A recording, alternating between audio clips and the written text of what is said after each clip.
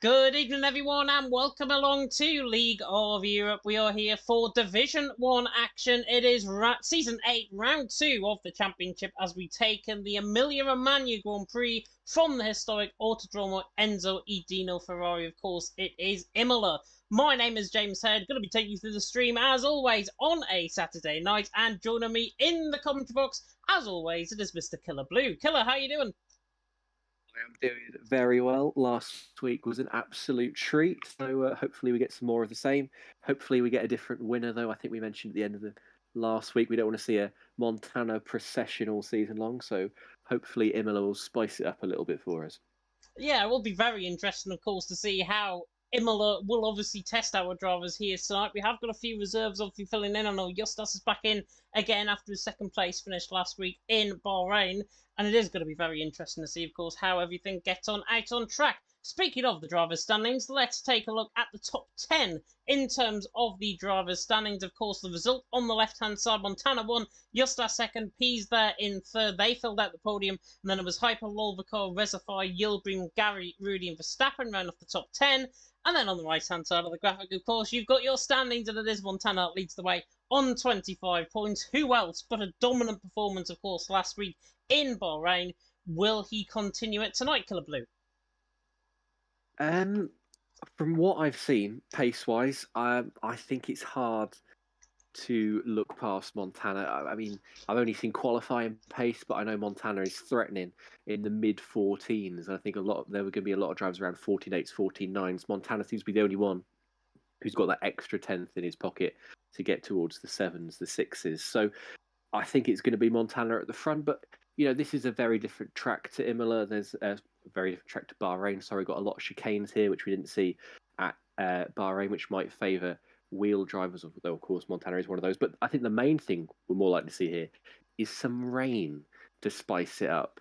And I know from talking to a few drivers that rain is not at all enjoyed on this game. It is the handling feeling is awful. You get no sense of grip or no sense of lack of grip even from the car as you're going through the wet. And being the temperate southern Europe, I think Imola could throw up rain much more likely anyway than in Bahrain, so that could spice things up even more so.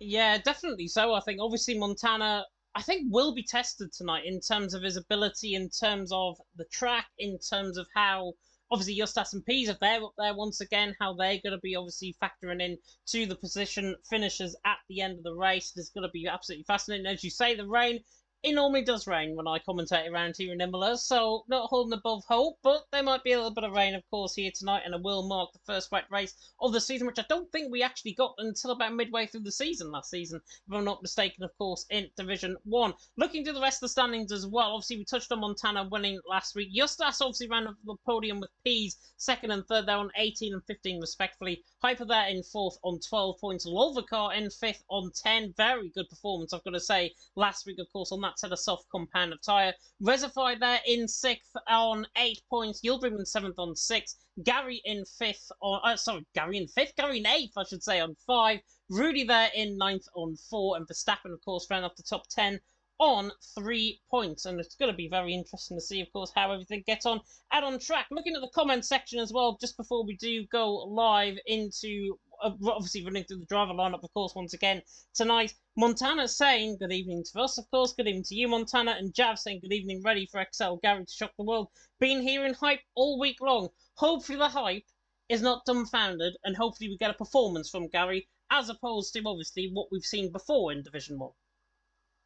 I hope so too. I mean, I said last week during qualifying that we could see Gary getting in the front 2 rows of the grid, and then I had Gary accuse me of cursing him after, so I don't want to talk too much. I'll keep my mouth, my trap shut on that one. But I have seen Gary do a low 14.9, which is on the same pace as Pease, Campbell, and the like, who will be threatening the sharp end of the grid. So don't put it past Gary. I mean, it sounds tongue-in-cheek when it's coming from Jav and Montana, but in the stream chat. But I wouldn't put it past Gary to have another really strong qualifying session here.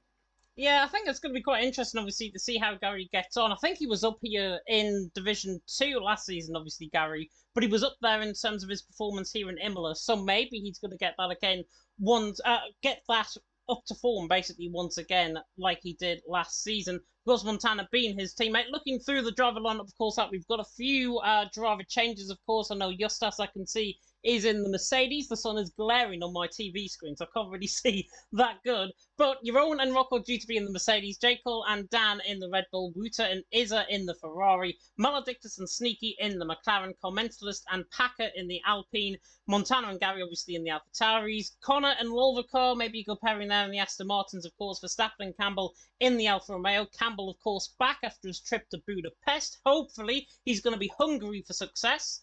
Let that one sink in. Reservoir and Rudy in the Williams and Giltrim and Pease in the Haas. Let us quickly take a look then, before we get going, obviously, at the track map in question. The Autodromo Enzo Edina Ferrari, 4.9 kilometres and then 3 miles, 19 turns, awaiting the drivers out on track, and only one DRS zone, of course, and that sole DRS zone is down the start-finish straight, down in towards the Tamburello chicane at turns 2 and 3. And Killer Blue, this is a historic track, obviously. First time we really came here since real life in 2006, since it was the San Marino Grand Prix. Obviously been here as a result of the last few seasons due to COVID.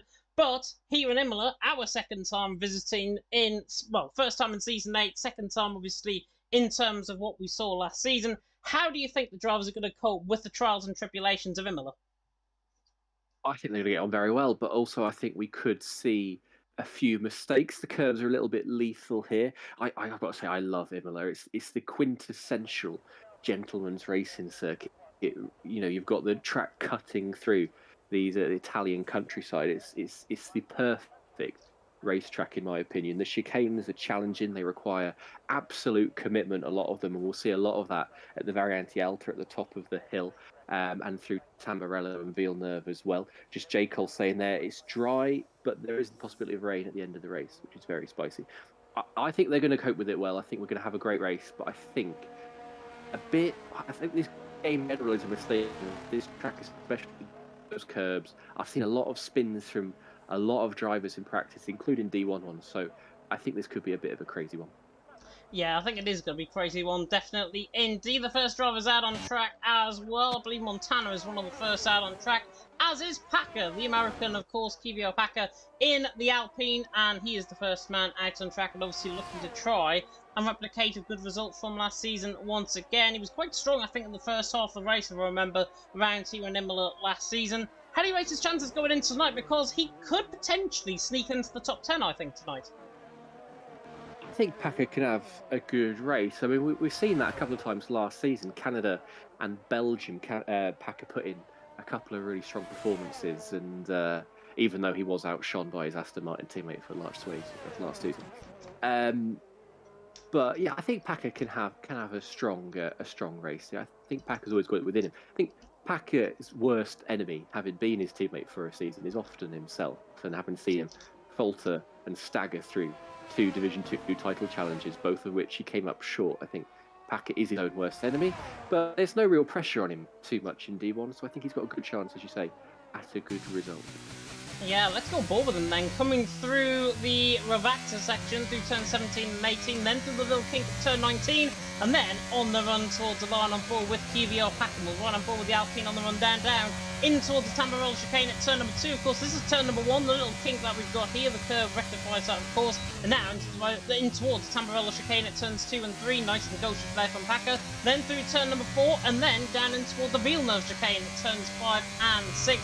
Of course, Villeneuve famously won the Imola Grand Prix, I think, in the mid-1990s, if I'm not mistaken. Packer through the first sector, 24.299, so sub 24.3 in the first sector from the American, as he now on the run up in towards my favourite named corner on this track, Curatella, and that is, of course, the left-hand turn number 9, famously where George Russell famously crashed underneath the safety car in 2020 around here. And Packer now on the run down in toward the Variante Alta section, and this is a very good section, of course, out on track from Packer's perspective, and we'll see now on the run up the hill in toward, this is Variante Alta, that was Aqua Minerale actually, then through Variante Alta, and then on the run down in towards Ravata. See, these Italian names do mix me up sometimes as well. Packer with the run down in towards the Ravata section though, turn 17 and turn 18, of course Pirelli celebrating 150 years of actual being live, I think, in terms of being a tyre management, not obviously in Formula 1, but on the run to the line, a 15.4 from Packer to start off the night. Not a bad lap at all, though. great lap for Packer. Touch deep into turn one, so I think there's a few more hundreds in that, but really nice, little deep into Aqua Minerale as well. But that is a very strong platform for Packer to build from. And Montana, although, has just crushed it by 4.5 tenths per second there, a 15.0. And I think we'll see Montana shave another few tenths off that before the end of the session, before too long. We've just got, I think, the other Alpine coming to, Williams coming towards the line. Is that? It's Rudy, 15-1, so great for Rudy as well, as you said. Yeah, he is PSGL F3 champion indeed. Dan on the run to the line as well, 16.2, not a bad lap there at all from the Red Bull. And Verstappen going there, 7th indeed. But yeah, Rudy, of course, PSGL F3 champion last season, had the privilege of commentating over him. But the Scotsman is back. Campbell, 14.9, goes quicker than Montana. Not a bad lap there at all from Campbell. And the man, of course, from Scotland, famously via Budapest, and now, of course, here in Imola tonight. He is in P1 as Connor, I think, has crashed. Has he retired in the pit lane by any chance? No, he's crashed actually out of the Villeneuve chicane. He has, and I know all about that. I did the exact same thing in an Aston Martin in the race last year. Gary pops it in P5 with a 15.2. Great first lap from Gary, but that's kind of what we expect from Connor at this point in D1, isn't it? It's sensational speed, lots of raw talent, but raw being the operative word, it is very raw because Connor prone to the occasional mistake. I think that's just gone in 7th, and Pease has just gone into P11 there with 15.6. Yeah, not a bad lap there at all. Of course, Justus there in P3 as well, 15 flat from him, and he's obviously 600ths of a second behind Montana, of course, first and second last week, and hopefully we'll be hearing from them both maybe at the end of the session there as well. Maledictus, the Portuguese man, is on a lap. He's on the run up Variante, up towards Variante, out now in the McLaren. It's 50.2 in the middle sector from the Portuguese man. He struggled in his first race, of course, here last week in Bahrain. Obviously going to try and replicate his form from a little bit earlier on in his League of Europe career, as he wants now down in towards Ravata at turn 17, and then in toward the left-hander, the second Ravata at turn 18. And then, of course, the little king of turn 19. But it's Campbell out on top, Montana second, Justus in third, 6 minutes gone in qualifying pretty much. Maledictus on the run to the line, though. He shows a little bit of form there. Goes 13, 15.6, not a bad lap there at all. Of course, track evolution is going to be key to his chances and indeed to everyone's chances in this qualifying session. But not a bad lap there at all from him. And we've also got, I believe, Nico just about to prepare up for the lap as well. Yeah, it'd be interesting to see Nico in D1, because Nico is a bit of a D2 stalwart historically. Of course, famously teammates with XL Gary during Gary's title season, now at Williams. So I'm excited to see how he gets on this season. I just want to mention Campbell. I practiced with Campbell a little bit this week, and he vociferously complained about how awful this track is and how much the new patch has ruined it. He started practicing very late in the week, and then casually drops in at a 14.9, a little bit like the Scotsman who cried wolf from QBR Campbell, because he's showing no signs of struggling so far in this session. Yeah, certainly not. I think he's impressing. Obviously, everyone. Obviously, he was in title contention last season, season 7. And now he's at the top end of the field, of course, even this qualifying session on his first race back in season 8. Nico on the run down now into the Tamburello chicane at turn number 2 and 3, and then to the left-hander at turn number 4, and then, of course, into the Villeneuve chicane once again. And Williams getting off the way to the left-hand side there. I believe it was either an Alpine or a Williams, one of the two. But Nico's now coming through in towards the end of the first sector, and it's 24.2 in the first sector. She's actually quicker than Packer, coming through there by around 200ths of a second. So watch out for this, because he could go maybe within the top 10. He's got a little bit of a Ferrari traffic jam ahead of him. I think that was Rooter just getting out of the way on the outlap, because this is back in the pit lane. Nico on the run through Piratella, on the run down in towards the Aqua Minerale section, and then into the Variante Alta section, obviously, after this. And he takes the curve very nicely indeed, of course. Carl mentioned this, by the way, down in 16th position. Might be complaining in terms of the how the track has obviously been done on this game compared to Assetto Corsa. Down in 16th, and it's telling at this stage, because he's more than a second off the pace at this stage in qualifying. But Nico on the run down now in towards Ravata. 10 minutes left to go in this qualifying session. It's Campbell out on top, Montana second, Justus there in third. Nico, though, coming through the final couple of corners now. The Williams man on the run to the line. Maybe a 15.9 potentially. Oh, he's well quicker than that. 15.6, and he goes behind Pease. Well on pace with Pack. Had a scruffy turn 12. That's the turn for Aqua Minerale. Just went a little bit deep. You can snatch the brakes a little bit there, and it can easily the car not to want to rotate quite as much. You mentioned Car Mentalist. I'm excited to see how Car Mentalist gets on this session, because we didn't see them last week as they were absent bar rain. So nearly D2 champion last season, of course. Looking forward to see how they plethora. And what have you seen? Is that Ferrari? No. Speaking of Division 2 champion, Brendan's just gone 7th, 15.2. Good lap time there by the Irishman, and he's from there in the mix. I don't want to be correct you, James, but he was D4 champion in D4 champion. Season 5. I knew he was a champion somewhere. D2 champion is QRT Timon.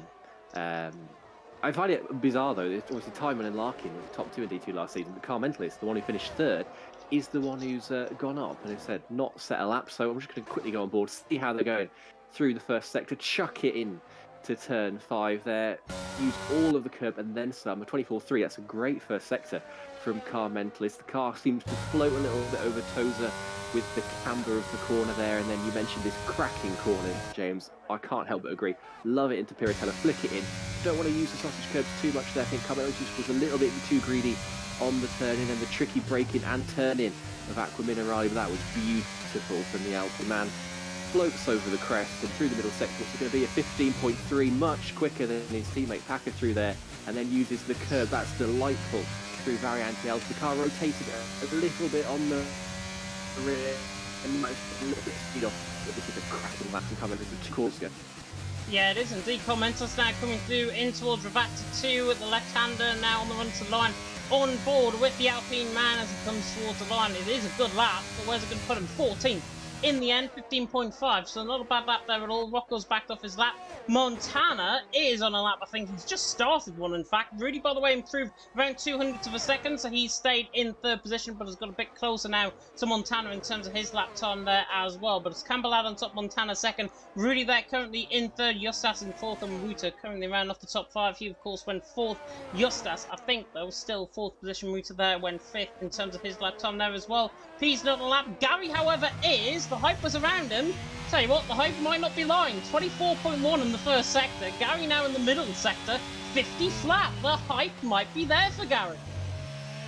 Gary is on a crazy lap. 50.0 is insane. He's just got the chicane looks very tidy. Variante Delta. It's so easy when you're on a good lap just to let that chicane slip away from you. It's such a pressure point in the lap. So easy to mess it up. But this looks smooth. This looks silky from Gary. This looks composed. This is going to be a great lap. It's going to throw him into the 14th. It could even be quickest. Oh, just the 400ths of a second there away from Campbell, but ahead of his teammate NSX Montana. Not for long, because Montana's up 400ths in the middle sector. He comes toward the line, and he goes quickest. That's the Montana we like to see here in Imola. 14.8, goes a 10th.5 quicker than Campbell. Campbell not responding. He's invalidated on his lap. There's still plenty of time, of course, to get multiple runs in from Campbell's perspective there as well. Gary, though, went 3rd. There is a wheel, by the way. I think it was Connor's wheel. Of course, he crashed coming through the Villeneuve chicane. I still spy wheel on my end, which might be off-putting, of course, for the drivers out on track. But with 6 minutes left to go in the session, 2/3 of the way through qualifying, it's Montana out on top, the championship leader from Campbell there in 2nd, Gary there in 3rd. Everyone that I was questioning about the hype, I've been proven wrong, I guess. Nice, Gary got his 8 seconds of fame there. Justas on a lap. Let's see where this is through the first sector. That looked very smooth through Villeneuve. 24.1. Not quite on the pace. Actually, that is on the pace of Montana. I think 24.0s are possible if you get it absolutely perfect. But that's as close as it can be for Justas. Let's have a look through Piratella. Some cars using 6th gear through there, some using 5th. Which I find it very interesting. I can't surmise too much from it, but I find it interesting spotting the gear choices all the same. And over Verstappen, he's using 3rd gear through Aqua Minerale. Justas electing to stay in 4th there. 49.9 through the middle sector from Justas. That is mega, and a little smoother on the exit of Variante Alta than Gary was as well. I think we could see a real neck and neck here between Montana and Justas for that provisional pole with 1 run to go. This is looking nice and smooth. Keeps it in 4th. Gets the power down nice. Uses all of the curb on the exit. And Justas bails. Justas thinking that maybe there's more time in that and a fresh set of tyres, another run is perhaps the beneficial option there. Yeah, definitely so. Justas obviously may be thinking, oh, you're on board with me, so I'm just going to pull into the pit lane and I'm going to totally juke you both in terms of my lap time. But it was looking really quick. I think, though, he lost a bit more time compared to Gary coming through Variante Alta. And that was, I think, cost him around maybe half a tenth, I would say. And Gary looked a lot smoother. He took a lot more curb, but he looked a lot more smoother, I think, Gary, compared to Justas there. And I wonder if that's why he backed off his lap, because he knew he wasn't going to improve, but he's still there in 5th position. Obviously, still a good qualifying session from our defending champion. Campbell there, of course, there in 2nd. Of course, that brilliant fight that he had last season with Justas, of course, came here. I think they were both side by side at one point, if I'm not mistaken, in Imola last season. Will be interesting to see, of course, how they both get on in qualifying here tonight. But Rocco is on a lap. I believe Dan is also on a lap as well. And he is 8 hands down, so actually just came off a lap, I think. But Rocco is on a lap as well, and he is on the run down in towards Variante Alta. Or am I getting my corners mixed up? No, Variante Alta, then down towards the batter. Rocco better prepare for a lap with 3.5 minutes to go. Rudy just did the mother of all first sectors. He did a 0.0 and then choked a little bit, went invalid, ran wide in the way into Aqua Minerale between his turn 11 of Bayers into the pits, but you're absolutely right. Rocco is going to be the first person to start his last line lap, and clearly Rocco got some senses. Everyone floods out of the pit lane now, and he's going to get his line compromised a little bit there, but I think by the Williams of that was Nico, I believe. So that didn't set Rocco up quite perfectly for turn 1. You don't want that distraction when you go for your last line lap, but Rocco will avoid the traffic all the way around. What's his first sector going to be using? Too much curb there. And in the words of Rocco, he has cheated, and that could be his session over. Yeah, it's unfortunate for Rocco there. Down in 20th position, 15.9. There's a second covering basically every single driver on the grid here tonight as well. Looking through the comments, by the way, there were a few interesting predictions for pole position. Daniel said Connor's going to get pole. Well, Connor's at the session, so there's no chance of that happening.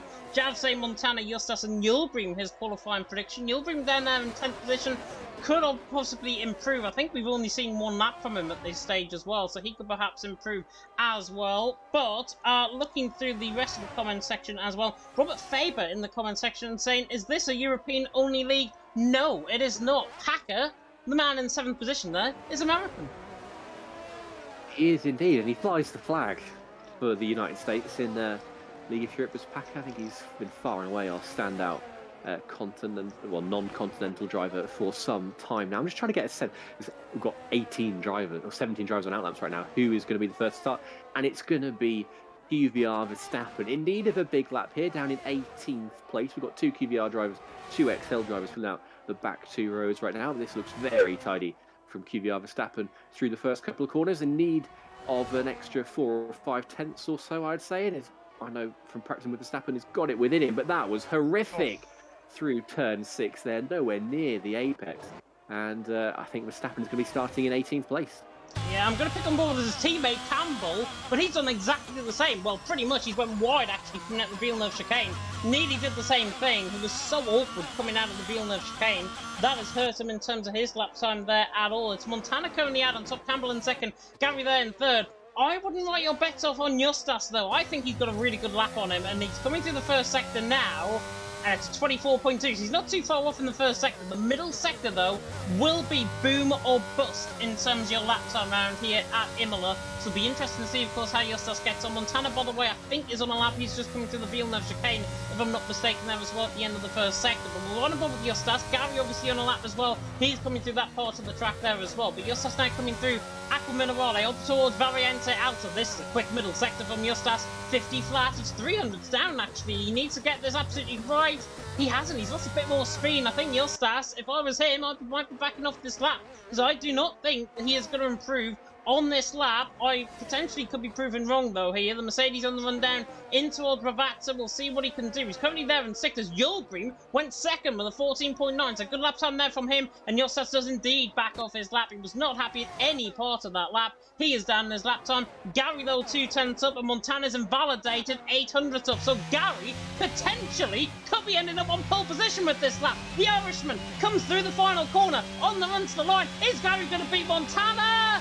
No, he goes close, but he doesn't, and he goes 6 or 700s down. Gary there in 2nd, currently in AlphaTauri 1-2. And Rudy, I believe, is on the lap as well, and he's improving 10th and a half.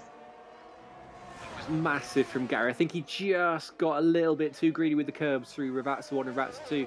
You don't want to use those curbs more than you have to, particularly on the inside. They can send the car a little bit wide. Here comes Rudy to the line. Now it's a 14.8. Goes 2/1000s quicker than Gary. Gilbreen was briefly second, down to fourth. Campbell is improving, even though it's the second lap on those tyres. Half a tenth up with 2 corners to go. That looked nice through Ravazza 1. Same again through Ravazza 2. Up into fifth gear. Doesn't want to take any risks with the traction. Stay to the extreme right for that short run to the line. Where's Campbell going to go? P2, another 100 quicker than Rudy. And it was an AlphaTauri front row, James. Gary's been pushed to fourth place, but a mega lap for the former D2 champ all the same. He has indeed. J. Cole, by the way, just went 11th there as well, so he's still outside of the top 10. But Gary, yes, fourth position in the end. He got outdone by Campbell and Rudy, arguably 2 better drivers than him, and they're only separated by 1200ths of a second. Gary is overperforming, I'm going to say, in this qualifying session so far, and indeed here in Imola. But it's Montana out on top, a 14.8. Who else? But the man, the myth, the Scotsman is alongside him. Of course, Campbell there in second. Rudy, the PSGL F3 champion, there in third. And Gary, of course, former D2 champion, in fourth with a 14.873. So not a bad lap time at all. And Killer Blue, 700 of a second, covering the top 4. Not a bad qualifying session at all. Very well for the race. So excited. 1/1000 between P's and Packer as well for P7 and P8. Justas was my disappointment of qualifying there. Only P9 for the Lithuanian man. Brendan did well to sneak into the top 10 as well. There's some really tasty results in there. Impressed with J. Cole getting P11. This is set up absolutely beautifully. It is indeed. Montana out on top, 500ths of a second clear of Campbell, who in turn is 100th clear of Rudy there in third. Goodness me. Gary there in fourth, Gilbroom there in fifth, Ruta there in sixth. I think I've just done a curveball with that. Pease, Packer, Justas and Forza Brendan run up the top 10. Then J. Cole, Hyper, Isa, Connor, Verstappen top 15, Maledictus, Nico, Commentated, Rocco and Dan. The top 20 drivers, of course, in this qualifying session, and 8.5 tenths separating the drivers out on track. It is going to be fascinating to see.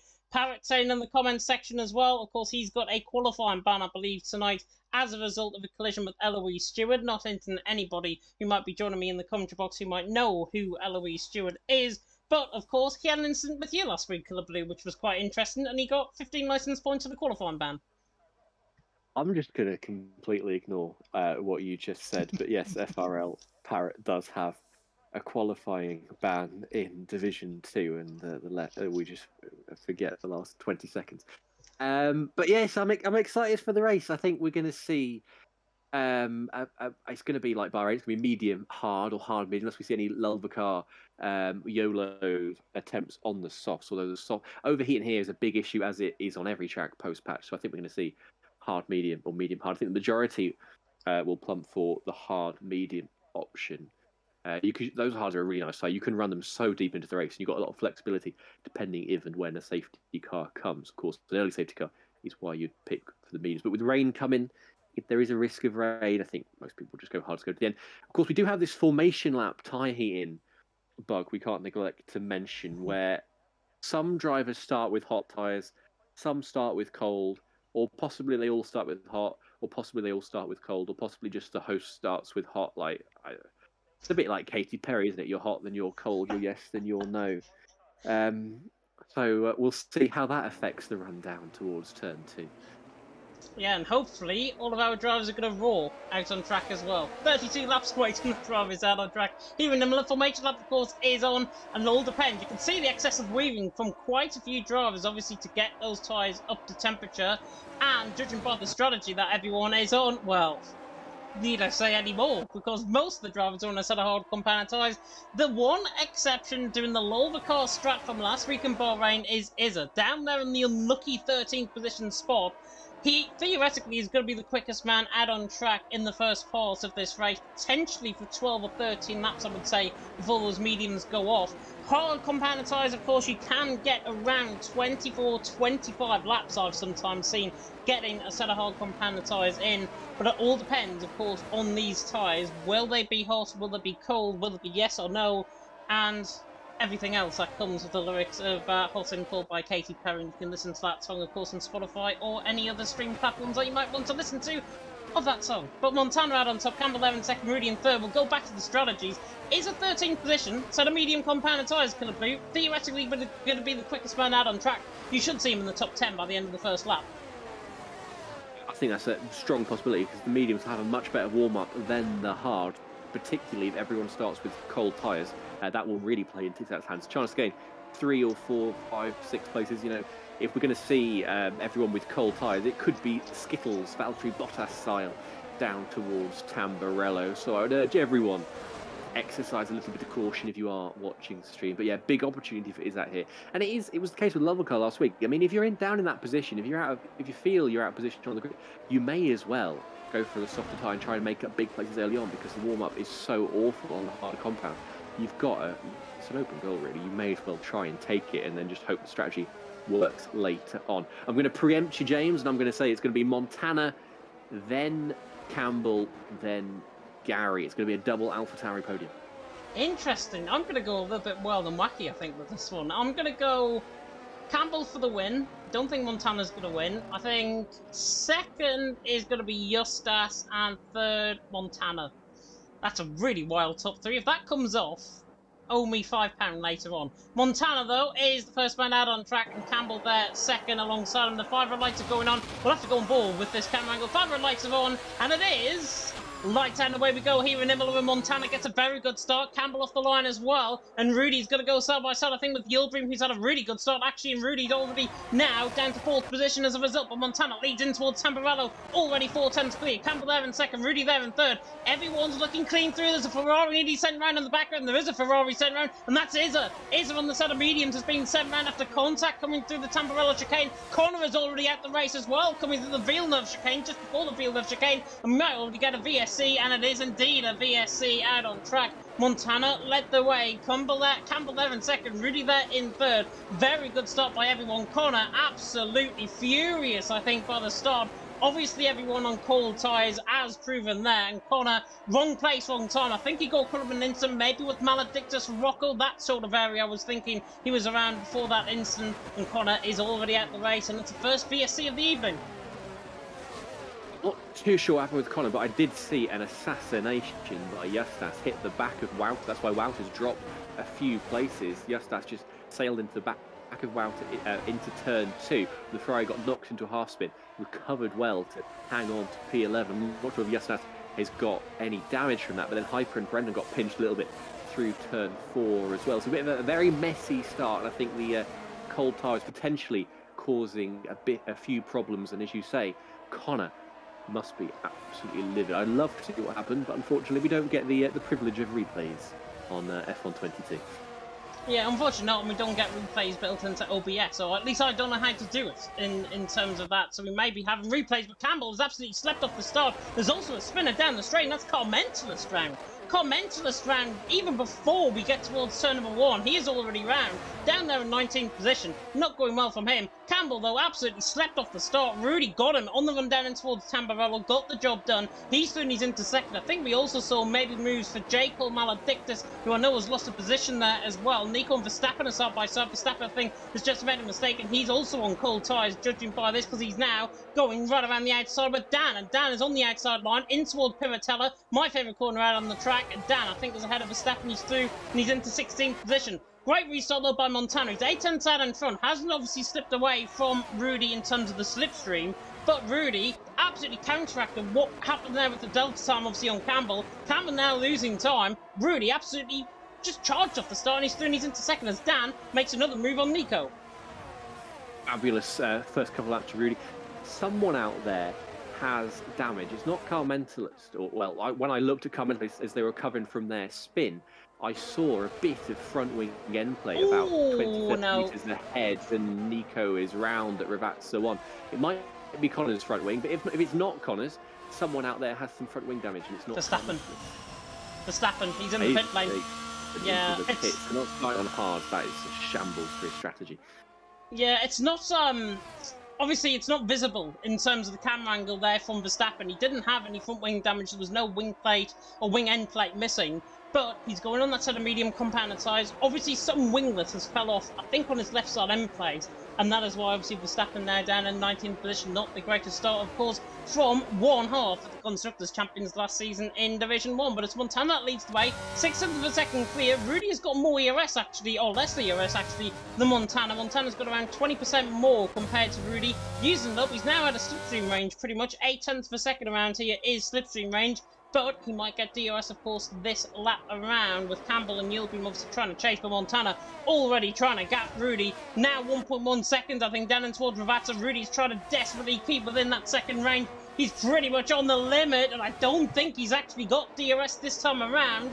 Montana out of the final couple of corners. Yeah, Rudy has not got any DRS this time around, so that means Montana can now begin to pull away down the straight once again. He sets the fastest lap of the race to boot. Rudy put it all on black there, using his ERS to try and stay in Montana's DRS. He gambled, it didn't come off because he's used all his ERS and he doesn't have the DRS that he did it for. So he's now just left himself doubly vulnerable to QVR Campbell, who was going to sit in, save his ERS up, recover some of that, and force Rudy, I think, to suffer some pain over the next few laps if he can't get in Montana's DRS range. Although it is hovering around a second, it has just dipped under briefly. We'll see where it is at the end of the lap. But if Rudy can't stay in a second, that is a gamble that's not come off for the Dutchman. Further down, we've got any other close battles going on. It's spread out a little bit. I have to say, is that watch? Those mediums haven't really worked for Izzat, have they? They've lost a few places. They're down to 16 and not really looking at making too many gains. But it has just settled into a typical D1 train holding pattern here. No one really hovering more than 5-6 tenths away from the car ahead. As Campbell gets very aggressive there at Variante Alta.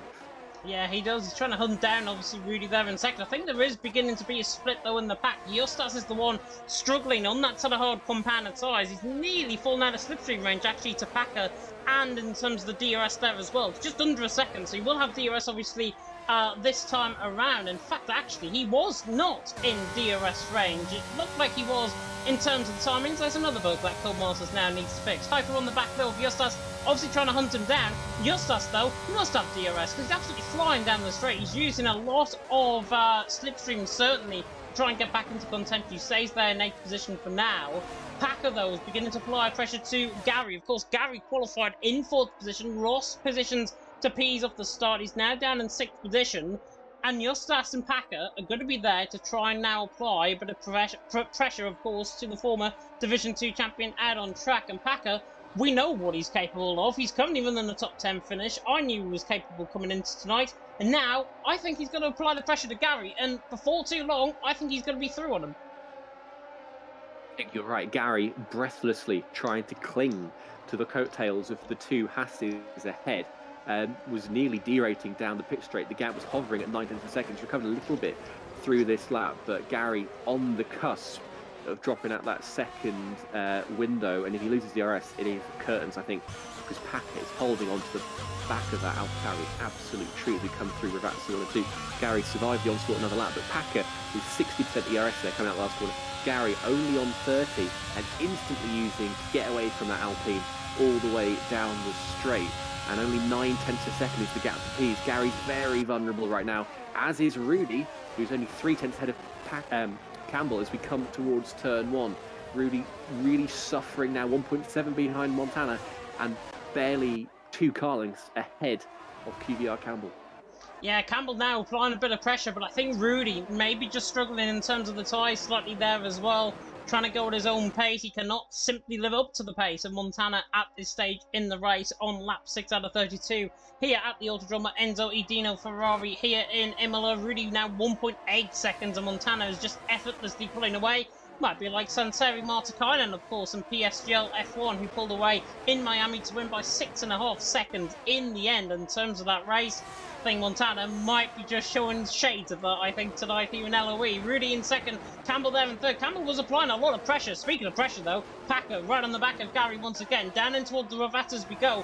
48% of VRS to use up. He's on the run down now in towards Ravazza. surely it's going to be the move this time around, because he cannot sit back on Gary. Gary is too slow. Simple as that. He is too slow. Yulbury now becoming the cork in the bottle there as well. And now Campbell this time around is going to drain the battery on the back of Rudy, and he overtakes him now to the inside line. Through the kink of turn number 1, in toward Tamburello at turn number 2. Should be Campbell's move, and Rudy backs off, and it is Campbell's move. Down the inside, gets the job done, and Packer will try and filter through there on Gary there as well, but he doesn't get the move done, but he is applying pressure, and Pease is suddenly all the one that has been caught up by both Gary and Packer, who have now upped the pace on Pease, who was struggling in terms of his tyres, as Rocco was through a Maledictus.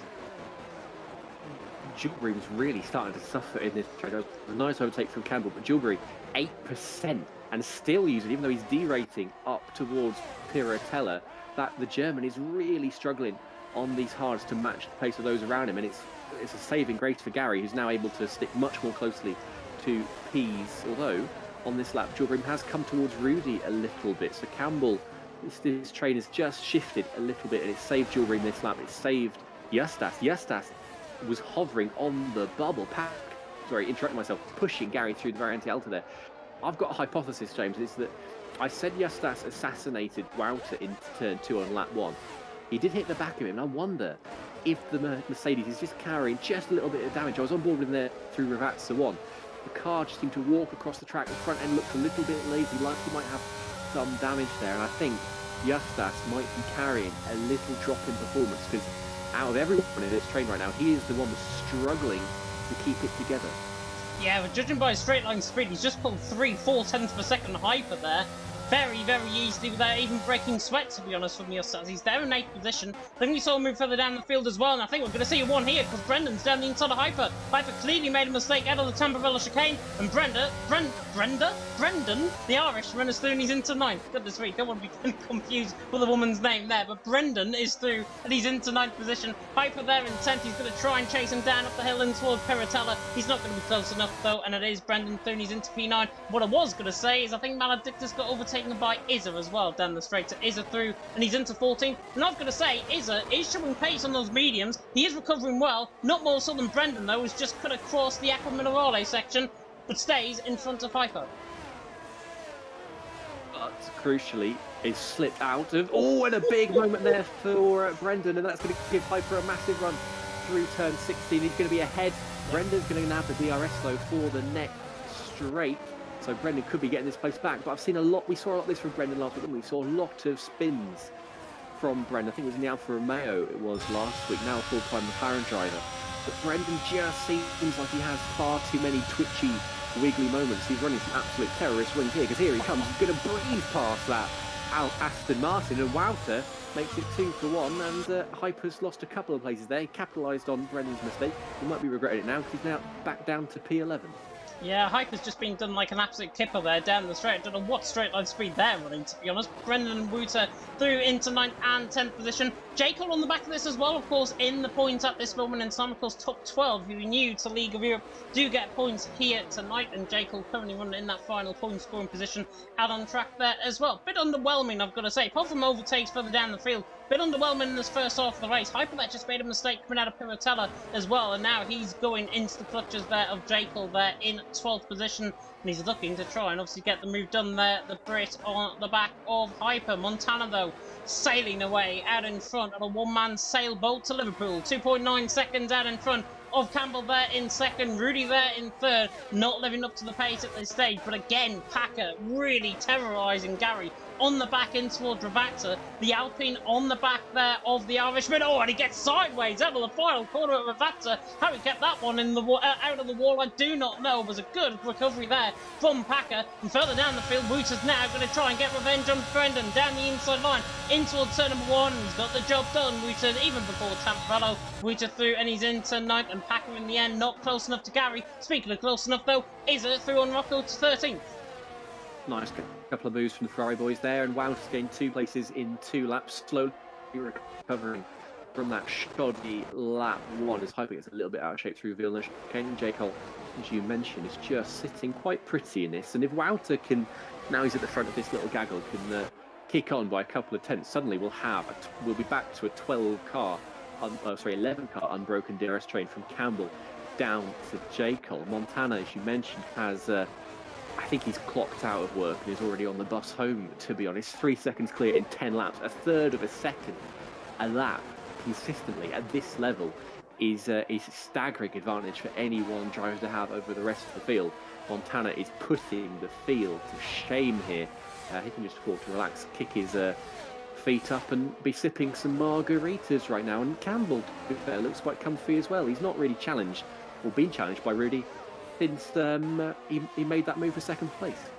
Yeah, nobody's really challenging each other, I think, in this DRS train, this 10-car train that we've got from Campbell all the way down to Jekyll currently at this stage. Really getting close, though, to Campbell, down in towards Tamburello there. The Williams, of course, on the back of the Alfa Romeo. The Alfa Romeo, of course, there in second. The Scotsman on his first appearance this season. Rudy as well, second appearance this season in LOE in Season 8. And he's trying to apply a bit of pressure once again in towards Tulsa corner there at turn number 7. But Rudy there, third position, not applying a bit of pressure, not really anything happening at this stage in the race as well. Big chasm of a gap though, isn't there, in 13th position. Rocco there in 14th. Is just beginning to gain in these cornering sections of this track here in Imola. Izza is gaining completely, 0.2 of a second gain just coming through that part of the track there on the run down in towards Acqua Minerale and then in towards Variante Alta. Izza's beginning to pick up the pace. Those mediums are going to come into play, I think, towards the middle half of his stint, basically towards the middle stage of this race. If he gets within a second, though, of Jekyll, that will be absolute good news from Izza, because, of course, he got spun round, he was at the back of the field, and now he's 13th position on his own volition. And I'll tell you what, he's doing a really good job, but if he can catch Jekyll and the pack, that'll be even better for him. Yeah, he's shown really good pace, and those mediums are holding together really nicely, but Izza, unfortunately, for one reason or another, having to go about it the hard way. Oh, here comes Gary! Sorry to cut you off. Gary down the inside line, trying to go for the move. Packer's just made a mistake there as well. He's nearly followed Gary in towards turn number 2 there at Tamburello. Now Jussas all of a sudden is on the back of this as well. And Wouter trying to go all the way around the outside. Goodness me, got cut him on the grass there, did Wouter. And Jussas now all out of shape, and Wouter now going to try and go all the way around the outside towards Tulsa. Not quite close enough. Jussas there in 8. Wouter gets a really good run out of Tulsa towards Piratella now in towards turn number 9. But I think Jussas will hold on to the position for now. You can continue what you were saying. Sorry about that. I've forgotten. It doesn't matter. It was not important because Wouter nearly gave me a heart attack there trying to go up the outside of Jussas and Packer into Villeneuve. And then again, as Jussas gets quite out of shape and nicks Acqua Minerale, Izza gets the first 3-second penalty of the day. All I was going to say actually was Izza will he'll have that good pace through the corners, and then he'll have the depression, the pain, the misery of seeing the delta climb by about half a second down the DRS slope. Such is the power of the slipstream, the power of the DRS. But Jussas really not looking too much like a happy bunny right now. And I think, well, if he can get a good exit, Jussas has clung on to DRS there, and he's going to pull away. So he's clearly running lower wings than Wout behind him. But we've got Gary passing Pease there into turn 2 round the outside. That was just about ahead by the braking zone to avoid too many side-by-side complications there. Nice from Gary, up into 5th, gained 1 place back from the 2 he lost at the start. And Julbream has looked slack compared to the other guys in this train right now. So let's see if Gary can kick on and gain another place. Yeah, Gary's tyres are really coming into play now, I think. Obviously, he weaved there to try and get a little bit of a temperature into the tyres, maybe as well to say goodbye to Pease for now in 5th position. And the Irishman now setting his sights on Julbream, who you say, I think has been quite underwhelming so far. I know he's in 4th position and people are thinking, James, you're going absolutely mad by saying he's underwhelming. He is underwhelming. He's not catching Rudy, not catching Campbell. Rudy, to be fair, is not catching Campbell either. And Gary, in the meantime, in 5th position, is doing all the donkey work, basically, with Pease and Packer on the back of him. Gary is coming into contention. He's only got 5% of battery, though. That is going to be the biggest pain for Gary. He needs to get within that slipstream range to try and utilise that pace that he has got down the straight. We saw it last time out, obviously, last lap, obviously, with Gary. He absolutely sailed past Pease to get into P5. This time around, though, because he's not running any ERS down the straight, he's not even catching. He's not really catching. It's only a 10th here and there, to be honest, and Gary obviously not closing in either. Brendan on the back of Wouter down in towards turn 1, not closing enough either there as well. But Montana out in front, nearly approaching the halfway stage in a pretty lackluster Imola Grand Prix so far, with the rain maybe potentially going to come in the next few laps. I have been told Montana though leads the way. 3.5 seconds out from Campbell there in second, Rudy there in third, Gilbrim there in fourth, and to be honest, nothing really happening. So I'll say this now, second half will be better than the first half. Well, you can't be wrong on that one. Although you have penalty for Justas. There we go. There's some spice in this race, because with the train, that'll plummet Justas to 12th place and 1 point. Oh, right now, we've got a yellow flag. We've got a crash between Rocco and Izat on the exit of Piratella, and we've got a full safety car. So who's this going to mess up? It's going to mess Peas up. Peas is going to have to queue behind Yulgrim. I think mediums can safely go to the end from here. It's going to do wonders for Justas. If he has got some front wing damage, he can get that changed now. He should still come out ahead of Maledictus. And everyone, as you might expect, is coming into the pit lane. He's nearly pushing Gary into the pit lane there. He is indeed, and we're going to have to watch out, obviously, because people might get held up in the pit lane here, and I've seen a glitch where if you get held up in the pit lane, you're going to lose several positions, and Peas is going to be held up as a result. Alpine there slowed with Packer, so Packer's already lost a position, I think, there to... in fact, Peas is the one that has lost the positions there. He's there down in 7th position. He's lost the position to Packer, and Packer's came out the pit lane there in 6th. Other drivers being held up out on track. Justas has been held up massively. Down there in 12th position. 3-second penalty on his pain. Oh, he had a wing change. No wonder he's that far down. There in 12th. Maledictus there in 13th. Just trying to see. Nobody has really lost any positions. I think J. Cole. And I think J. Cole has gained on Hyper, hasn't he? Yeah, J. Cole's gained on Hyper. And he's gained actually 2 free positions. Because Justas, obviously, with that front wing change, is now down in 12th. J. Cole is the big benefactor there. Brenton's doing nicely as well. Up in P8, looking good. Campbell will be fancying, if he can keep in Montana's DRS, he might be thinking, I can do a better job than Rudy did at the start. And if he can do so, he'll have a nice buffer from those behind. But I love a good safety car. And I'm grateful that it brings the staff and the car mentors back into play, and we can't forget at the back of the field as well. But safety cars are intended to neutralise the race, but they can cause carnage as well. But this has well and truly neutralised the race. Everyone's made a pit stop. Everyone's going to the end, whether there is that on hards or everybody... actually, no, Izat's on softs. That's interesting. But yeah, everyone should be going to the end unless the rain comes. So this is the order we're looking at now is the order. So it's hard to see with the DRS show we saw for the first 14 laps that anything different is going to happen in the last 17. But we live to be surprised, don't we, James? We do indeed, and obviously Nathan's saying that the rain could potentially come towards the end of the race. Cloud cover is beginning to build over the circuit, noticeably more than 2-3 laps ago, I would say, and this has got the potential of turning quite ugly early, and if this is going to be a side of things to come, perhaps in terms of the rain, I'm now just going to put out the most boldest prediction that you're going to ever witness on a commentary. I think the rain's going to come around lap 24 to 26. I can't disagree with you. I can begin to predict when the rain's going to go. I'd say we're getting towards, if it did come around lap 26, we're getting towards the point there where it starts to become we've got Justas passing Hyper there into Villeneuve chicane for some reason. Perhaps Hyper's going a little bit too slow, but yeah, when you get towards the last 5-6 laps, when the rain comes, you need to come quickly and hard. Otherwise, it becomes so marginal as to whether it's quicker to make a pit stop or not. Very long pit lane here. The pit loss is about 27 seconds. So if the rain does come, you've got to calculate, are you going to make that 27 seconds back, plus any track position you lose as Pease goes off track, the exit of Piratella there. You've got to make that calculation. Are you going to be able to pull back that 27 seconds in the time you've got at the end of the race? And if not, do you do a Lando Norris at Sochi and stay out and risk it all messing up, or do you come in and play it conservative? And there's not really an ideal or a known safe option in that situation. It's something the drivers have to calculate themselves. But if it does come around lap 26, that'll be peak spice, I will say, for the end of this race, because whether it's worth pitting or not could be very difficult to judge. It will be very difficult to judge indeed, but even compared to last lap around, I could already see left-hand side of the circuit where Tulsa Corner is.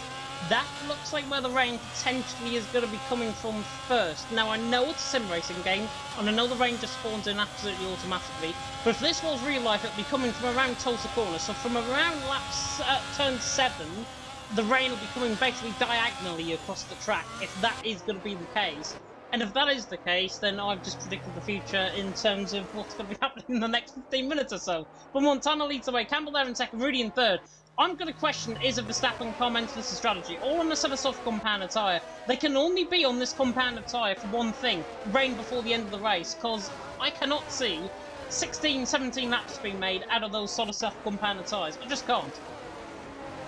That we run in very low pressures, and the lower you run the pressures, the greater the percentage wear per lap. And on this game, when the tyres hit about 30 to 40%, they are done for. So I can only think, as you say, that Verstappen and Carmelis will be expecting some rain. It continues to get dark and the clouds continue to gather overhead. So I'm guessing Jeff will be telling them, sorry, Mark, as it is this game, will be telling them rain in 5 to 10 minutes, I would expect would be the call right now, potentially, which is well online for your prediction around lap 24 onwards. But it's such a fine race because these softs go off quite quickly, and the mediums will be working an absolute treat at this stage of the race as well.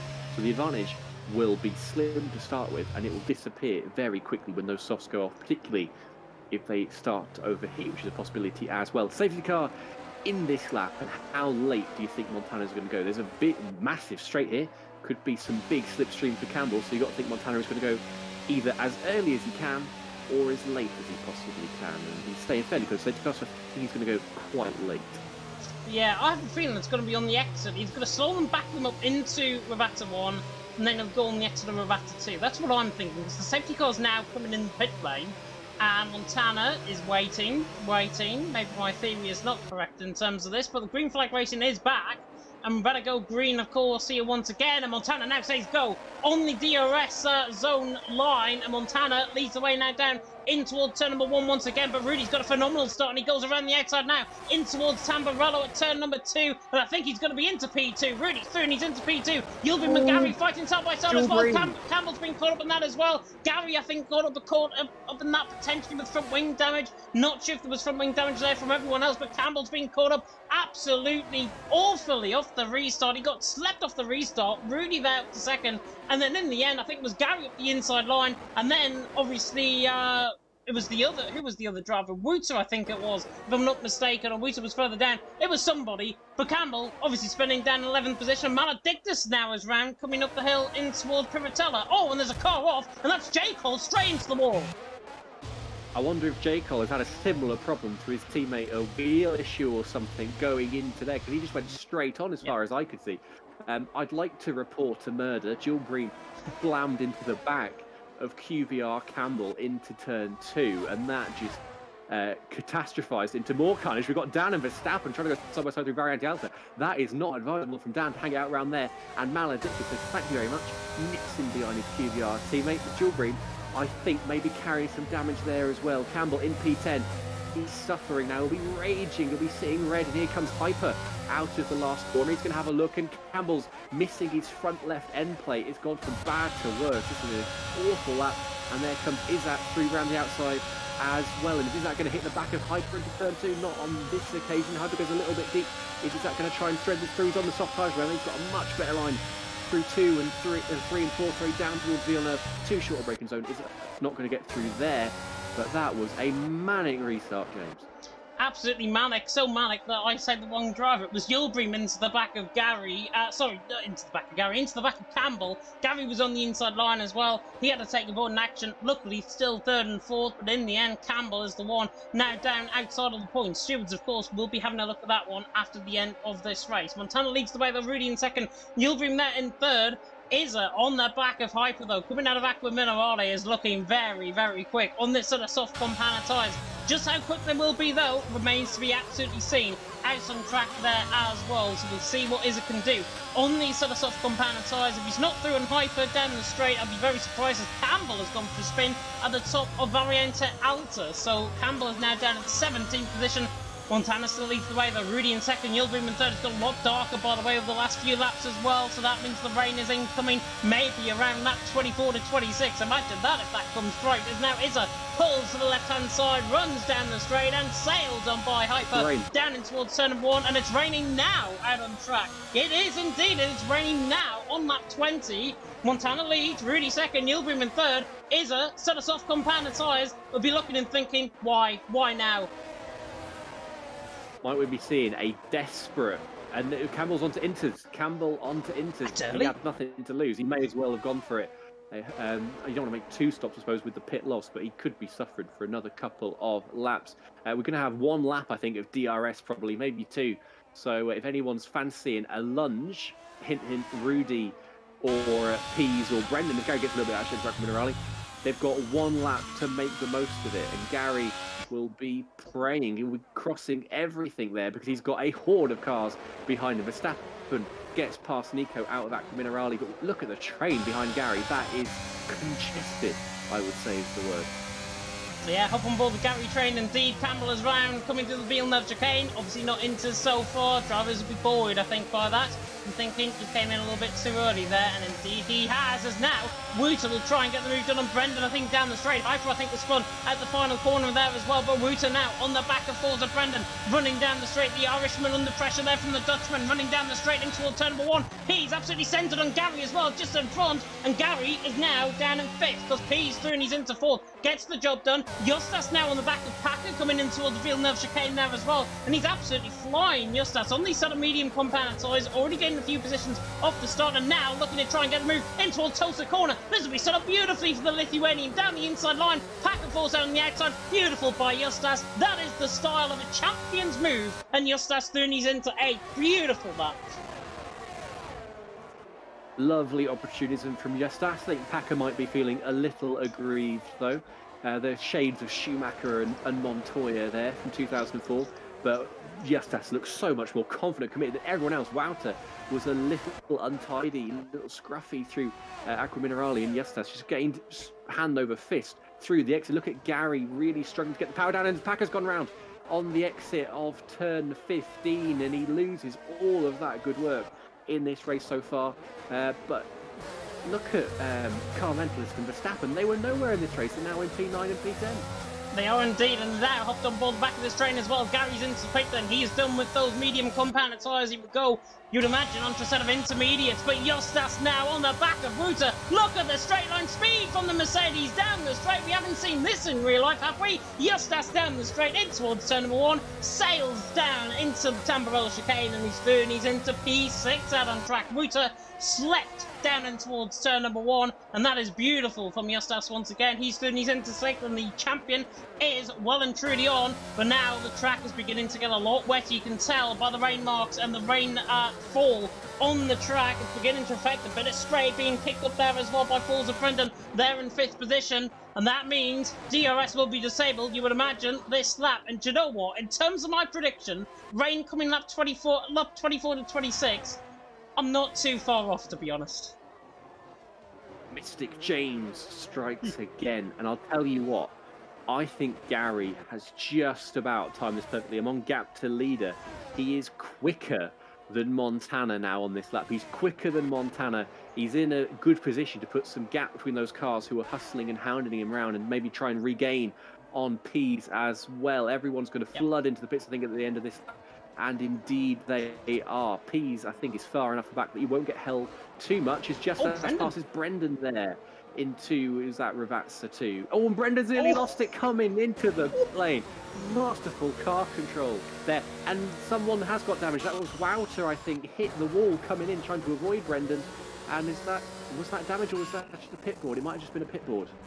Pit board, yeah. He's got no damage on the car, and that is a pit board, obviously being swiped out there by Wouter coming into the pit lane. I think he did have to get a bit of car control there on, and Wouter did very well, obviously, to avoid Brendan coming in the pit lane. Justas, though, look at all of these. They're coming out. Montana leads the way still. Rudy in second. Where's Gary coming out on this? Gary's going to be on the podium, potentially. There's Yildirim. There's Gary. Warmer intermediate. Gary could potentially be in 4th, and yeah, Commentated through, and he's into 5th position as well. Absolutely masterful strokes from these two. Gary, though, 1.5 seconds off Yildirim. Now, imagine this.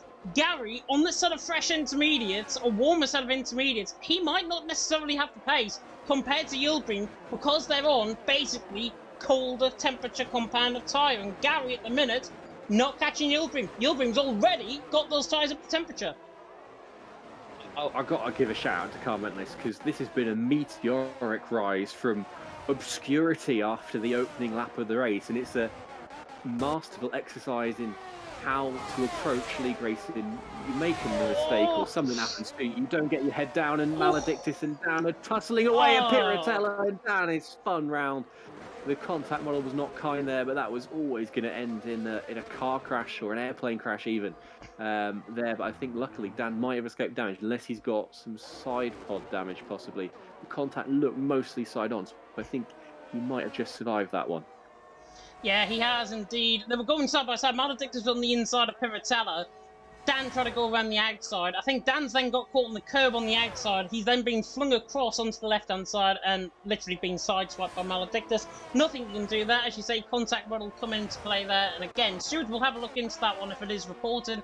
However, I don't think much will be done about that at all. But Packer on the back of Nico, however, Williams and the Alpines now going side by side in towards Tamburello. And Packer, can he get it done late on the brakes? No, maybe waiting for the switch back on Nico. Nico's nearly been outdone like a kipper there, but Packer cannot find his way through on his QVR teammate there. 12th and 13th position for the Williams and the Alpine drivers out on track. Nico looks like he's struggling though, and Packer is still on the back of him like a hot rash. Is he going to dive it down the inside and towards Tota? Yes, he is. Nico, though, absolutely slams the door shut.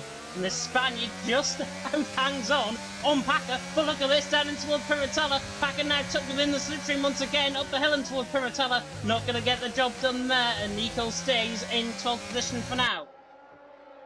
That was lovely racing between the two QVR proteges, and great to see Nico getting involved on his return to LOE as well. I'm just trying to see if we've got anyone else that can make a move. Yes, that's a very wide variety. Pounding the back of that throw. I think Wout was a little bit too wily to be spooked into any kind of mistake from the Division 1 champion. Carmentless hounding Gary. This is a battle I would love to see. There's no love lost between Carmentless and Gary when it comes to the League of Europe. And if Carmentless gets a sniff of getting their own over Gary, they would be remiss not to take it. Brendan has disconnected from the session into P8. And in the meantime, yes, that's as you say, James passes Wouter. Goes a little, gets very out of shape through turn 3, actually. But Wouter just lit up the rear tyres, couldn't quite get the power down, follow through and reclaim that place, and then gets, that is awful from Wouter, through turn 5 and 6. Brendan back into the lobby there. Yeah, that's what we like to see. There is a yellow flag and Maledictus is spun.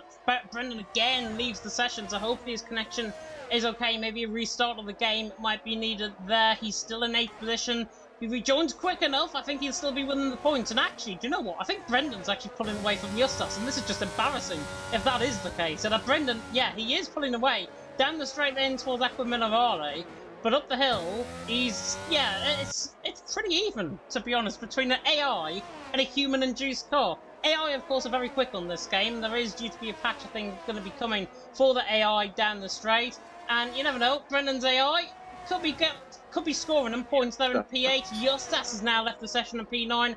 I wonder if this is potentially an issue that we've got maybe on PSN, maybe on the game, as Justas has left the session as well, and Muta now goes through and he's into P9 as well. But Brendan's AI is pulling away from Muta and Justas. I'm just going to throw that out there now. Got some Codemasters, gremlins creeping into the lobby. Wouldn't surprise me in the slightest. Carmentless and Gary watch less than 400 per second. Carmentless is the quicker driver right now in the battle for 4th place. Neither is on the level of Gilbert. Our top 3, I think, is set in for the race. They're all spread by around 4 seconds on average. And you can just see Carmentless got so much more confidence on turning, on traction, on braking. Gary earlier on had that massive train behind him. He's looked a little bit shaky, a little bit snaky in the race, but fair play. That strategy call on the Inters has kept him in for a great result. But Carmentless is at P's, all looking quicker right now. And Wout is still not catching Brendan's ghost at all. I wonder if Brendan actually is in the lobby, because it keeps coming up saying Brendan has joined without telling us Brendan has left in the interim. So I wonder if Brendan is in the lobby, is in his car, and it's just desynced from us as as spectators, because that AI seems remarkably quick. Yeah, judging by the exit though out of Aquamanarati, I think now he has just taken control of his car, so he's now back in the session, which is good. Justas though still in ghosted mode, so he is unfortunately not back in the session just yet. The Lithuanian down there in 10th position at this moment in time. Ruta though is on the back of Brendan. And is it me? Oh no, the rain is still falling. I thought the rain had stopped for a second there. I thought Ruta was going to be on the back of Brendan. But look at Brendan down the straight line. He's 8 tenths clear, running down in towards Tamburello. That AI, or that human car, whatever it is, that ghost, that alien, out on track there in 8th position. He's got very cool tyres, you can tell by the snap of oversteer he had coming out of Tamburello. But he's there in 8th position, doing a good job. And do you know what? If he can pick up the pace, he might be on the back of Pease before the end of the race. I know it's 6 laps to go, but 3 seconds can be caught, especially because Pease is on the back of a 4-car train with Gary towing them along. As the yellow flag, that is Campbell round. Oh, poor Cam. Oh, and Hype has a big moment just as I was looking through the cars there at Vila. Yeah, Brendan's in a good place. As I said, mentioned earlier, I think Brendan is running what can only be described as terrorist wings, which is why he's so quick down the straight, but he's suffering massively through the corners here. Pease pounding Izat. Brendan's on the brink, actually, of getting into Izat's penalty window, which is a carrot to be dangled in front of the Irishman if ever there was one. If you keep Wout behind, they are catching massively, actually. I wonder if this is Gary being slow or if it's Izat being slow, possibly, because they've gained a lot on this lap. Montana, I just want to say Montana is about half a second a lap quicker than anyone else right now. The gap was about 4 seconds 3 laps ago. It's now 7 seconds. It's more than that. It's about a second a lap. No one, because Montana's quicker than Rudy's quicker than Gilgreen's quicker than Gary. The pace that Williams has is insane, and I think we might be seeing a transition to heavy rain here, possibly, just from looking at the specs as they come down on the camera, but I'm not too sure on that one. Yeah, I wonder if that's why Brendan and Ruta are actually gaining as well, because obviously Pease is on the back of that DRS train. They're 4 or 5 tenths quicker than this time last lap around. And Brendan and Ruta are gaining. They are gaining on the back as Hyper has crashed out of the session, coming out the Villeneuve chicane, although to Tamburello, and that's a safety car. Safety car on lap 28 of 32, with heavy rain now falling on the track. Montana's had to literally stop to get to his delta time. Like he explained last week, it is a bit of a glitch, and I think others are doing that as well. I can spot Yildirim certainly doing that. The rest of the field down from 4th downwards, I think, are fine. But Montana has literally had to stop out on track along with the top 3 to get their delta time back. They were going that quick above their delta time. But now, late safety car. Everyone, I think, is just going to stay on a set of inters. Dan, interestingly, though, right down the back of the field, he is now a lap down, I think, because Montana's obviously going to come through and pass him. Dan, interestingly, full set of intermediates, and Maledictus has picked up a drive-through penalty, and I think he's the only one. Yeah, Maledictus, the only one to pick up a drive-through penalty, and to remind you of the penalty so far, actually, Izza and Justas on 3 seconds. Montana leading the way, Rudy in second, Yildirim in third, Killer Blue, 4 laps to go. I've got head in my hands right now. What's about to happen? I don't think it will disrupt our winner too much. I think Montana will have enough in hand. He'll be frustrated, but I don't think he'll be too unsettled by that. Given what Gilgreen has done in this race, murdering Campbell, I'm intrigued to see how Gilgreen approaches the next safety car restart, and I think we could see. I mean, for people in Wouter, Justas' position, you for scraps of points. You may as well have a do or die attempt at this point in the race. All or nothing. And I think we could see a messy restart once again. I mean, the first 2 haven't been particularly amazing, have they? So I think there's every chance, as you say, head in hands, we could see my favourite word, some shenanigans.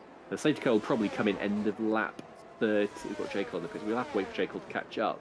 So it will come in end of next lap regardless, because it will give us 2 laps of green flag racing. So it'll be end of lap 30. We will have the safety car in. And it is very much, definitely heavy rain now.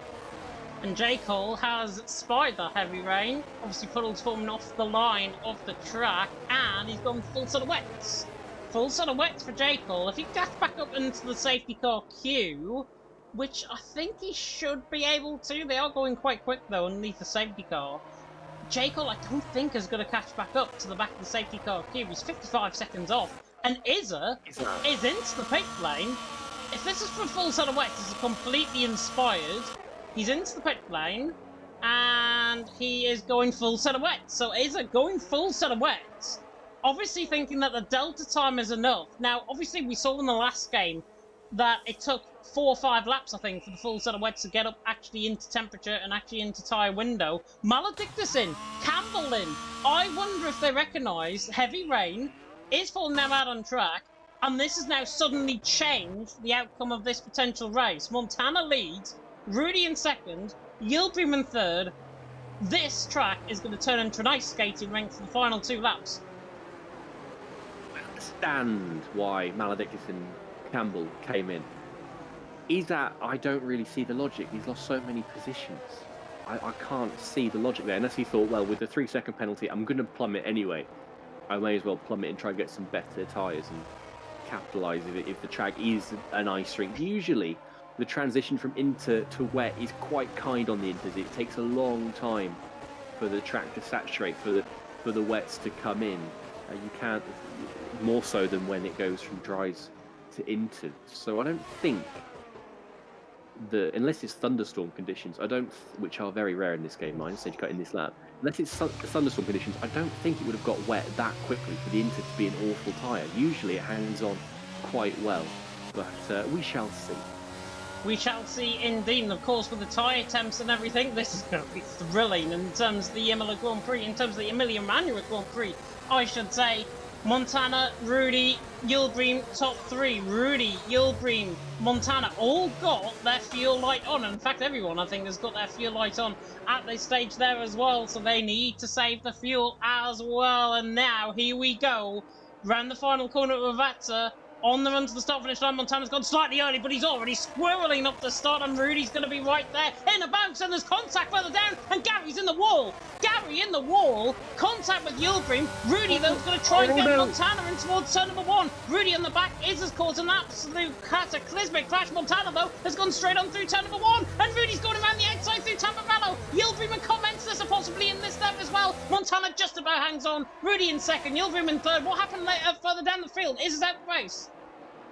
Not sure what it was as Justas goes through Wouter there. Justas still disconnected. I'm not sure who it was, but got sandwiched right between 2 cars. And all I can think could do anything but wins as Brendan tries to force Pease off the track there through Tozer, trying to get some purchase on the tyres, and nearly drops it himself. Wouter's through up into 6th place. Rudy nearly sees in the lead, but Montana has gone off, and Carmentalist running a little wide at Piratella there. It's going to bring Pease and Wouter and Brendan and Justas into play. Justas' ghost is still trying to make up some places here, even though Justas isn't even in the lobby. Oh, this is a breathless, mad, crazy race. Brendan gets out of shape of Aqua Minerale, and here comes Justas' ghost, gaining another position nearly there. What are the AI set to in this lobby? Justas is insane as Brendan goes round. And I tell you something, Maledictus is absolutely charging through the field. He's on a full set of wets. He's in 10th position. Where's he going to be at the end of the final lap? Because potentially he could pick up a podium here. I'm not even lying. Packer, Nico, side by side. Maledictus is going to try and sweep underneath them both. Coming through Ravazza, not going to be close enough. Montana, though, absolutely excelling away. 3.7 seconds over Rudy. But look at the drive that Maledictus has got compared to Nico and Packer. And now he's in a wall. Coming now down the start-finish straight in towards Tamburello once again. Maledictus is going to have to sit there and suffer, because Wouter now and Pease are going side by side. Wouter tries to hang around the outside, not quite close enough. Everyone's got the set of inters up to play. Maledictus, though, is still flying. He absolutely carves Nico and U1 round the outside through Tamburello. Beautiful stuff by Maledictus. He's through and he's into 9th. He's still flying through the field. Few more laps. He may be on the podium here. Packer is under pressure, though, for Maledictus, and the Portuguese man once again around the outside on Packer. Gets the job done. He's through and he's round the outside of Tosa into P8, and he can still gain on these guys before the end of the lap. This is mad, and Campbell is all out of shape in behind there as well. Montana, there's no doubt about the winner. Who is going to pick up the podium places, because Justas' AI on the back of Ruta, still in contention. His AI is actually using ERS to get through on Ruta and actually gets outdone. Maledictus all of a sudden is in 7th and he's still gaining positions hand over fist. Montana though, on the run now down, Aqua Minerale into a Variante Alta. This potentially is going to be a crowning glory here for Montana. This is the race that he's got away with it. He has simply got away with it out on track. Campbell is soon, he's into 6th as well. He's making masterful moves on that set of wets as well. Montana through the final couple of corners. Maledictus picked up a 3-second penalty. He won't care. Montana on the run to the line wins the Emilia-Romagna Grand Prix, but Campbell potentially is going to get 4th position. Rudy to the line is going to finish in 2nd. Yildirim there in 3rd. Campbell there in 4th. An absolute huge crash. Commensurate and Maledictus. Yeah, Commensurate, Maledictus. Pease has got a 10-second penalty as well, and there's more crashes coming across the line. Not sure what happened. What happened with Commensurate and Maledictus? Both out the race. That was Pease was up the inside of Carmentless. I think Carmentless came across, not quite realising where Pease was. I don't think that was anyone's fault. I think that was 6 1 half dozen of the other. But that was just desperation from all involved. And I'm not quite sure where Maledictus was in relation to the other two. Just got caught up in it. And then they kind of just took each other out, really. I don't want to portion blame because I've only seen it the once from a dodgy camera angle. But I just quickly want to say, Montana had 2 laps at the end of that race. 2 laps and won by 8 seconds. The man is more than an alien. He has been a god this race, because that was ridiculous. It was ridiculous indeed, but I guess that's what ABS does to you. It's Montana out on top, who takes the pole position and the fastest lap as well. In the end, gets the race win, and he gets his AlphaTauri wheel to the top step of the podium there as well. But there is a podium celebration. Montana lifts the trophy. It's 2 out of 2.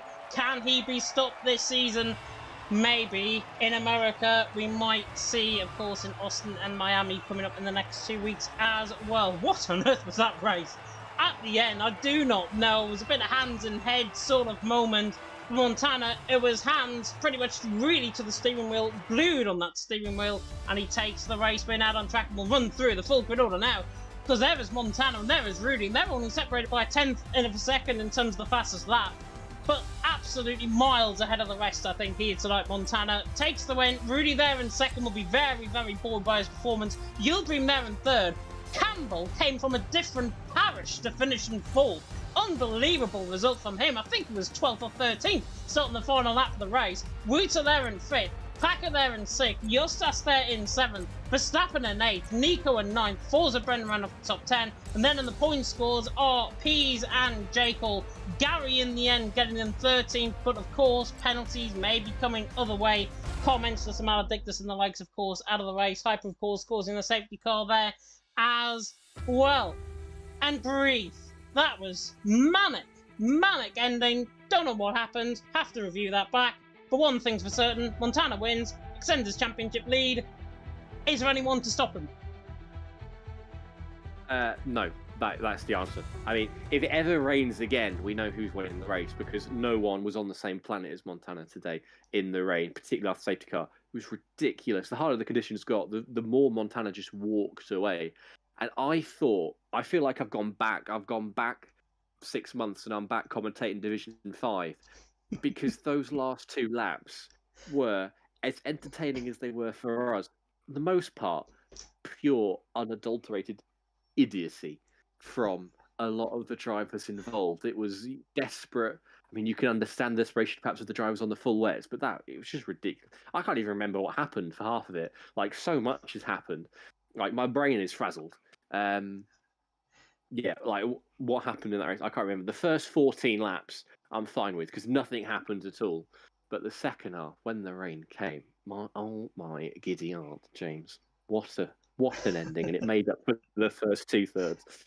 That was absolute manic. I can't really describe what we just saw there, to be honest, out on track. It was brilliant, unadulterated. I don't know. We'll have to watch that back, obviously, in terms of the incidents. Stewards are obviously going to be busy. Quite a few people saying as well that was a joke. And Funky Chicken saying in the chat as well, my favourite part was when James called Brendan Brenda.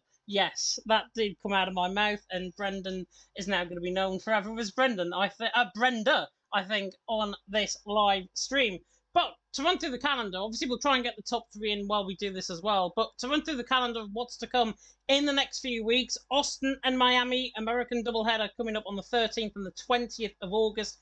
Going to be interesting, that of course, to see how drivers get on track. Monza there on the 27th of August, then Singapore on the 3rd. Britain on the 10th of September, then it's France on the 17th, Australia on the 24th, Hungary on the 1st of October, then it's Azerbaijan on the 8th, Belgium there on the 15th of October, Austria on the 22nd, then the break week for Day of the Dead, Halloween and all the others, Spain on Bonfire Night, hopefully there might be fireworks by then, Saudi Arabia on the 12th, Brazil on the 19th and Abu Dhabi there on the 26th of November to round off the season, as I believe we have got drivers waiting, so I'm now going to, if it loads, bring them into the Division 1 comms chat. Montana is here, and we'll interview him shortly, and as is Rudy. So both of the top 2 are here, and we'll now speak to our man who finished in P1, and that was Montana.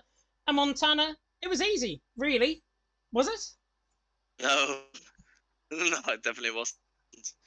It was a very weird race, and way too much practice gone in and bottle qualifying, but yeah, I think a perfect scenario with 26 points there. Yeah, 26 points indeed. Talk us through, obviously, that last safety car restart, because that last safety car restart, in the end, you went deep in towards Tamburello, and I thought you were going to lose the lead there to Rudy. You shut the door on him, and then you pulled away and won by 8.5 seconds. What happened in those final 2 laps? Because we are literally in, I don't know, we're speechless in terms of that performance in the last 2 laps. Yeah, so the issue was for us all, it was full wet conditions at the restart, and everyone was having 60-degree tires, so everyone was just sliding and having no grip.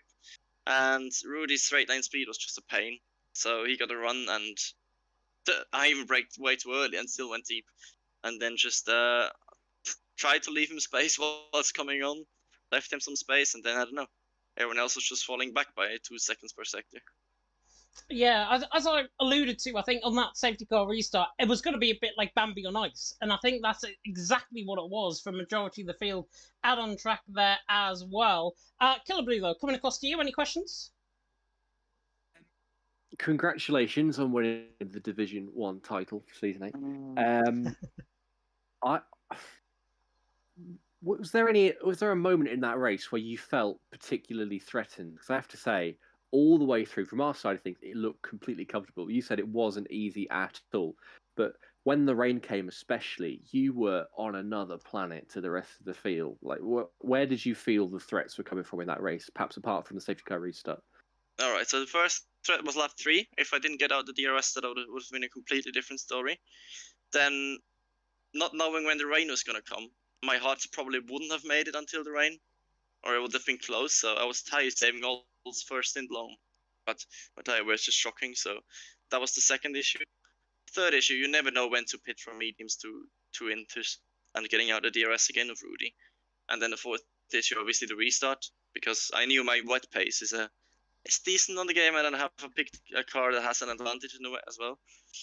But yeah, it was a dangerous race, but I'm just happy, to be honest, because the next races won't be the same. I mean, fair play, because that was as dominant a race as I think I've seen, particularly in Division 1. And to call your wet pace decent, not to inflate your ego, but is an understatement. Thank you. Yeah, it was really impressive. And final question for me before you go, Montana. Austin next week, how do you think you're going to get on? Because you've got very good form around there. I usually do. I haven't found form on this game yet there, but yeah, I don't know. Pro tires will probably explode halfway through one lap with higher temps, but I'll have to find a solution and a sketchy setup to avoid that. But yeah, it's a track I like usually. Just worry about temps, and I wouldn't mind some rain, to be honest. Wouldn't mind some rain indeed. And if it's anything to go by, I mean, it's going to be quite interesting to see how you might get on if there is going to be rain, of course, next week in the Circuit of the Americas. You can go and enjoy your evening, Montana. Thank you. Thanks for coming. Looking forward to watching it back. You are very welcome indeed. What we're going to do now is I'm going to move Killer Blue over to the Division 1 waiting room chat because I can speak to Rudy in there. And we will get Killer Blue in. I'm just going to go into... Oh, if I join the call, that would be fantastic. Yes, I'm going to leave that one. And now we are in with Rudy. Oh, and Killer Blue's already here. I don't need to do the effort whatsoever. But we can now speak to Rudy, of course, finishing in P2. And Rudy, it was an interesting one. Talk us through that race because it was quite mad, those final few laps. Yeah. I had a good qualifying, so I started in P3, and then just. Oh, I think we've lost him there. Straight line speed and. Sorry. Yeah, I'm still here, Rudy. You can still hear him fine. I think it's my connection that might be going potentially. What were you saying there, Rudy? Sorry. Yeah, I got Campbell on the restart, but then I was trying to keep with Montana, but his pace, it's just not matchable. So it wasn't matchable for me this time at least. But then I was just focusing on that P2, then let Campbell go, just save the RS. But the guys behind were pretty slow. They couldn't keep up with us. And when it started raining, we all already pitted to the medium, so that didn't make it really that interesting. But then I was just focusing on that P2. Then the safety car came out at the end, and I was talking to what's he called, Mark nowadays. So, but he told me that he wasn't sure, but I didn't want to go to the full wets and then risk losing P2. So I stayed out on him, and in the end it got pretty close with Campbell because he was really fast on those full wets. Then I had a little look at Montana. Because like I said, the straight line speed was really good. So and then he went really wide in turn 1 and tried to go around the outside because switchback wasn't really possible because he was parked there. So I tried it, but I just couldn't quite make it. And I was wheel spinning in 6-7 gears. So the tires were like 55 degrees. So no damage at all. So in the end, happy with the P2. Yeah, happy with P2 indeed. Talk us through that final couple of laps as well, because obviously Montana went deep in towards Tamburello. Were you thinking at one point, maybe perhaps I could try and win this? Well, when the safety car came out, I was definitely going to try it, which I did. I knew if I would get a good launch at the restart, I was going to try it. But then into turn 1, I had a look up the inside, but then I realized, I'm never going to outbrake him with the cold tires.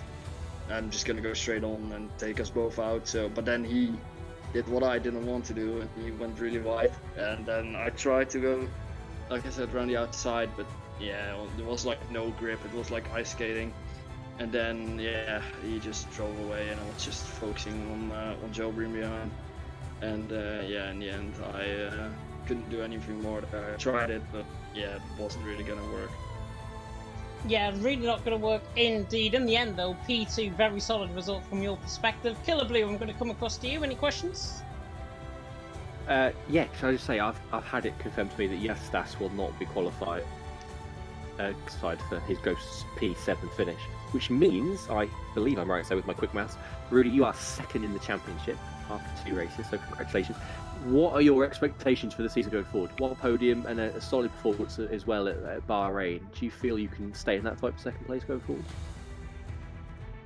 Well, in Imola, I didn't really do a lot of practice, and the pace was really good. I was immediately up there, almost getting pole if I didn't make a tiny mistake.